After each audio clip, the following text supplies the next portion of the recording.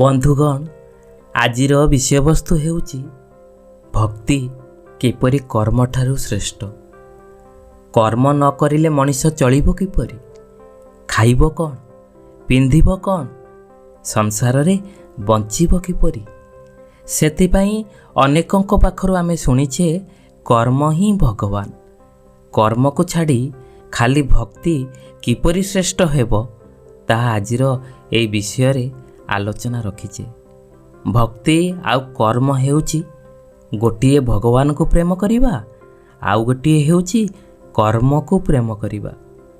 केही काठू कम नुहंती, तथापि विचार को नेबा जे भक्ति किपरि श्रेष्ठ हेला आउ कर्म काहींकी नुहे। कर्म पाखरे कौन कमी रही जाउची जे भक्ति को श्रेष्ठ बोली मानि नियागला।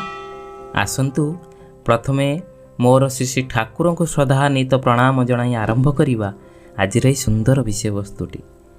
परम प्रेममय परम दयाल श्री श्री ठाकुर अनुकूल चंद्र श्रीचरण रे मोर शत सहस्र कोटि प्रणाम। परम आराध्या जगज्जननी श्री श्री बड़मा श्रीचरण रे मोर शत सहस्र कोटि प्रणाम। परम पूज्य पाद श्री श्री बड़दा श्रीचरण रे मोर शत सहस्र कोटि प्रणाम। पूज्य पाद आजिर भरोसा आचार्य देवों श्रीचरण रे मोर शत सहस्र कोटि प्रणाम। ओ मोर ये वीडियो देखुथिबा समस्त इष्ट प्राण गुरुभ्राता ओ माँ मानकु मोर अंतररु श्रद्धा प्रीति आनंदित जयगुरु भल पाइबा ओ प्रणाम निवेदन करे। बंधुगण सबु दिन परी आज भी ये जयगुरु प्रार्थना चैनल रे आपण मानकु सर्वप्रथम स्वागत। आसंतु आज सुंदर विषय वस्तुटी मन दे ध्यान दे शुणिबा। विशेष अनुरोध रहिबो ए पर्यंत जदि जयगुरु प्रार्थना चैनल को सब्सक्राइब करि नांती ताले जल्दी सब्सक्राइब करि दियंतु। पाखरे थिबा बेल घंटी को मध्य प्रेस करि दियंतु ताकि एई भली वीडियो आउ केबे भी मिस न हुए।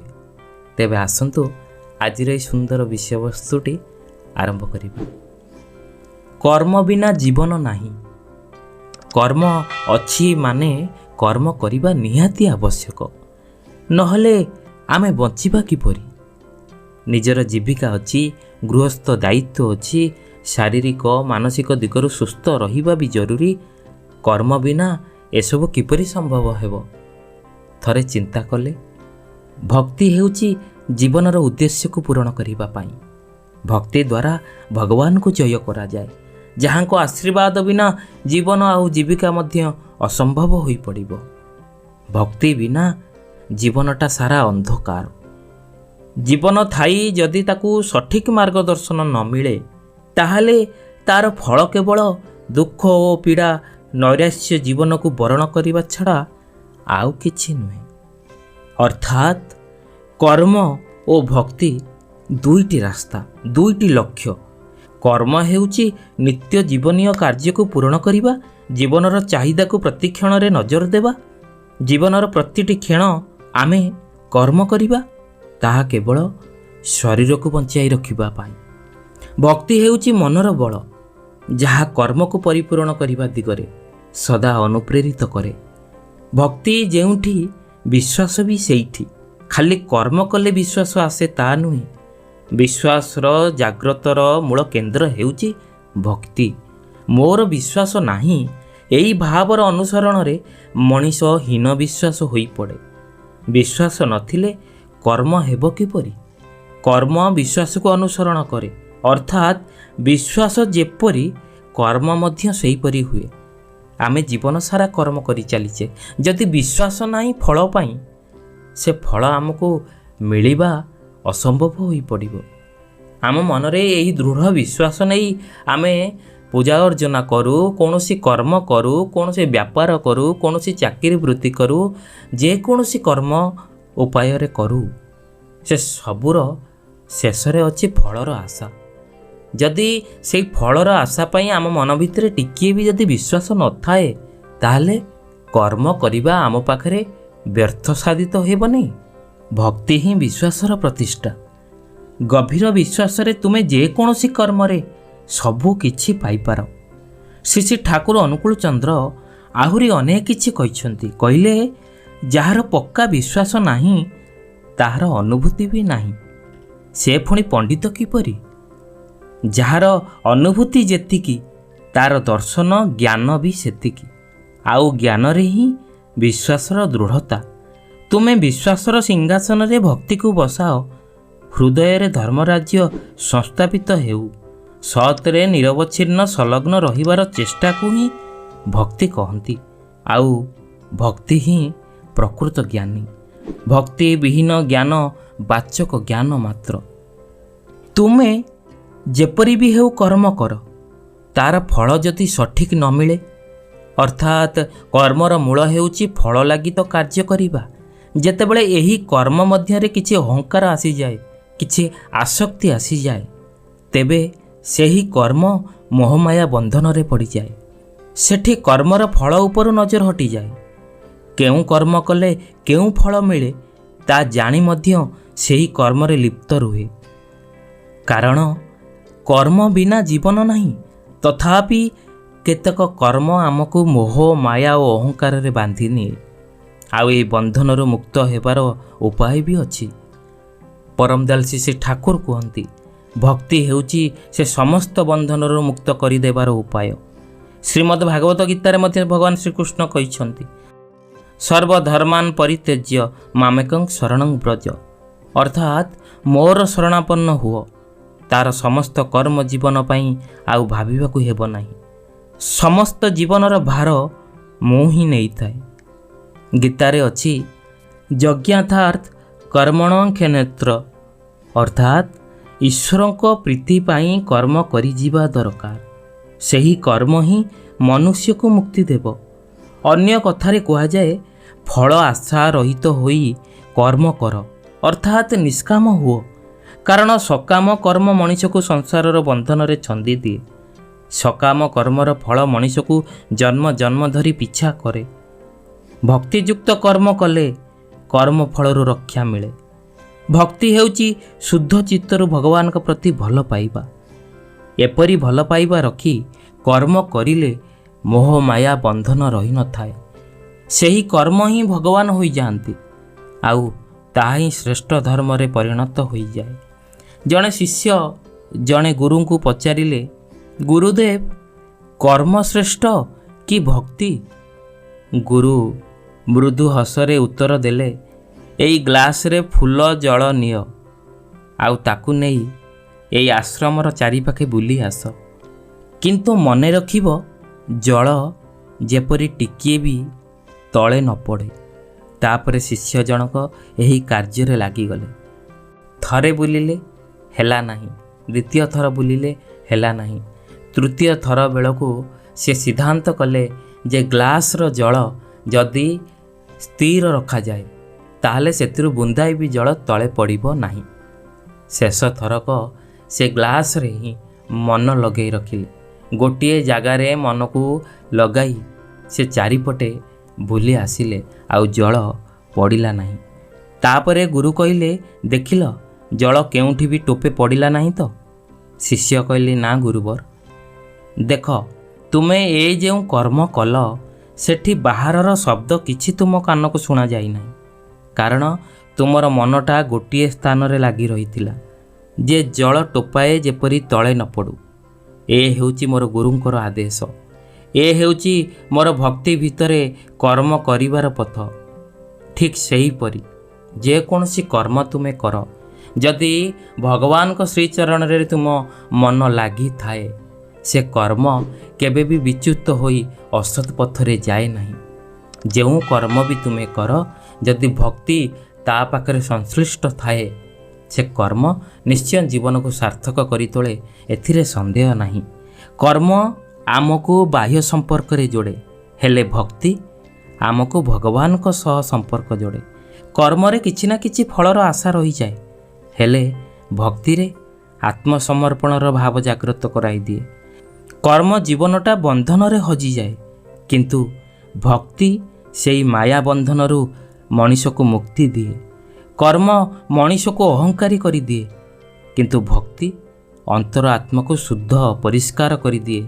ତେଣୁ ଶ୍ରୀ ଠାକୁର କହିଛନ୍ତି, ତୁମେ ନିତ୍ୟକର୍ମରେ ବ୍ୟସ୍ତ ରହି ଯେପରି ନାମରେ ବିରତି ନ ହୁଅ, ସବୁ ଅବସ୍ଥାରେ ତୁମ ଭିତରେ ଯେପରି ଅନବରତ ନାମ ସ୍ମରଣ କରୁଥାଅ। ଜୀବନରେ କର୍ମ କରିବା ଭିତରେ ଭକ୍ତିଭରା ସତନାମ ଜପିବା ବି ନିତ୍ୟାନ୍ତ ଆବଶ୍ୟକ। ଯେପରି ଭକ୍ତି ରଖି କର୍ମ କଲେ ସେହି କର୍ମ ଜୀବନର ଯଜ୍ଞ ହୋଇଉଠେ, ସେହିପରି ଭକ୍ତି ବିନା କର୍ମ ମାନେ ସେହି ଶୂନ୍ୟ ମହାକାଶରେ ଘୁରି ବୁଲୁଥିବା କେତେକ ଗ୍ରହ ନକ୍ଷତ୍ର ପରି ଦୃଶ୍ୟମାନ ହୁଅ। ଚକ୍ର ପରି ଯେତେ ଘୁରୁଥିଲେ ବି କିଛି ଲାଭ ନାହିଁ। ସଂସାରରେ କର୍ମଜୀବନକୁ ବଞ୍ଚାଇ ରଖିବା ନିହାତି ଆବଶ୍ୟକ। ତାପରେ ବି ଯଦି ମନରେ ଭକ୍ତି ନଥାଏ, ତେବେ କର୍ମ ମଧ୍ୟ ତଦାନୁପାତିକ ଆଦର୍ଶ ମାର୍ଗକୁ ଅନୁସରଣ କରେ ନାହିଁ। ଭକ୍ତି ସହିତ କର୍ମ କଲେ ଏ ସଂସାର ଦେବଲୋକ ହୋଇଯିବ। କର୍ମ ଭିତରେ ଅହଙ୍କାର ଆସେ, ଭକ୍ତି ଭିତରେ ବିନୟ ଶ୍ରଦ୍ଧା ଭାବ ଆସେ, ମନ ପରିବର୍ତ୍ତନ ହୋଇଯାଏ। ଆଉ ମନ ପରିବର୍ତ୍ତନ ହୋଇଗଲେ କର୍ମର ମୂଲ୍ୟ ଓ ଫଳ ଶୁଦ୍ଧ ହୋଇଯାଏ। ଏହି କର୍ମ ସଂସାରୀକୁ ତାର ହିସାବରେ ଫଳ ଦେଇଥାନ୍ତି ଭଗବାନ। ଭକ୍ତି ଆତ୍ମାକୁ ସବୁଦିନ ପାଇଁ ମୋକ୍ଷ କରିଦିଏ। କର୍ମ ଅନୁସାରେ ସମୟ ବି ଦିନେ ଶେଷ ହୋଇଯିବ, ଆଉ ଭକ୍ତି ଜନ୍ମ ଜନ୍ମ ପାଇଁ ସାଥିରେ ରହିଥିବ। ଜୀବନରେ କର୍ମର ଆବଶ୍ୟକତା ଅତ୍ୟନ୍ତ ଆବଶ୍ୟକ, କିନ୍ତୁ ଭକ୍ତି ଭିତରେ ରହି କର୍ମ କଲେ ସବୁଦିନ ପାଇଁ ଆମେ ତରିଯିବା। କର୍ମ ସହିତ ଭକ୍ତି ଆସିଲେ ସେହି କର୍ମ ହୁଏ ଜୀବନର ମହାଯଜ୍ଞ। ପୁରାଣରେ ଉଦାହରଣ ଅଛି, ହିରଣ୍ୟକଶ୍ୟପ ବହୁ ତପସ୍ୟା କରି ବହୁ ଜ୍ଞାନ ଲାଭ କରି ଅମର ହେବା ଉଦ୍ଦେଶ୍ୟରେ କର୍ମ କରିଥିଲେ, ଯାହା ଶେଷରେ ତାର ଅହଙ୍କାରରେ ପୂରି ଉଠିଥିଲା। କିନ୍ତୁ ସେଇଠି ତାର ଭକ୍ତିଶୂନ୍ୟ କର୍ମ, ଆସକ୍ତିଭରା ସ୍ୱାର୍ଥରେ ଭରିଥିଲା କର୍ମ। ହେଲେ ତାଙ୍କର ପୁତ୍ର କେବଳ ଭକ୍ତି କରିଥିଲେ, ସେଇ ଭଗବାନଙ୍କ ଶ୍ରୀଚରଣରେ ମନକୁ ସମର୍ପଣ କରିଦେଇଥିଲେ। ଆଉ ଶେଷରେ ଦେଖିଲ ଭକ୍ତି ହିଁ କିପରି ବିଜୟ ଲାଭ କଲା। ବନ୍ଧୁଗଣ, କର୍ମ ତ କରିବାକୁ ପଡ଼ିବ। ଦାୟିତ୍ୱ ଅଛି, ପରିବାର ଅଛି, ସମାଜରେ ଚଳଣି ସବୁକିଛି ଅଛି। କିନ୍ତୁ ଭକ୍ତି ସହ ଯେଉଁ କର୍ମ କରି ହୁଏ, ତାକୁ ମୋହ ମାୟା ବନ୍ଧନ ବାନ୍ଧିପାରେ ନାହିଁ। ତାହା ହୋଇଉଠେ ଜୀବନର ପବିତ୍ର ଯଜ୍ଞ। ସେଥିପାଇଁ ମାନବ ନିକଟରେ ଶ୍ରୀ ଠାକୁର ଏଭଳି ଏକ ଆଦର୍ଶ ପଥରେ ସଂକେତ ପ୍ରଦାନ କରିଛନ୍ତି ଯେ କର୍ମ ଓ କଥାର, ଇଷ୍ଟନିଷ୍ଠା, ଯଜନ ଯାଜନ ଓ ଇଷ୍ଟବୃତ୍ତି ଏବଂ ସ୍ୱସ୍ତୟନୀ ସଦାଚାର ସର୍ବାଦୌ ଗ୍ରହଣୀୟ।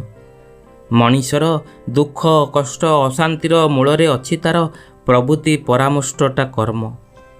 ଭକ୍ତି ଶୂନ୍ୟ କର୍ମ ଯେଉଁଠି ଠିକ୍ ଭୁଲର ନାହିଁ ବିଚାର, କିପରି ବା ହେବ? ସମସ୍ତ ପ୍ରବୃତ୍ତିର ଅଧୀଶ୍ୱର ଯିଏ, ତାଙ୍କୁ ଭଲ ପାଇ ମଣିଷ ଯଦି ତାଙ୍କ ପାଖେ ଆତ୍ମସମର୍ପଣ ନ କରେ, ପରସ୍ପରର ସୁବୋଧ ଯାହା ତା ନ କରେ, ତାହେଲେ ସୁଖ ଶାନ୍ତି ସୁଦୂର ପରାହତ ହେବ ହିଁ ହେବ।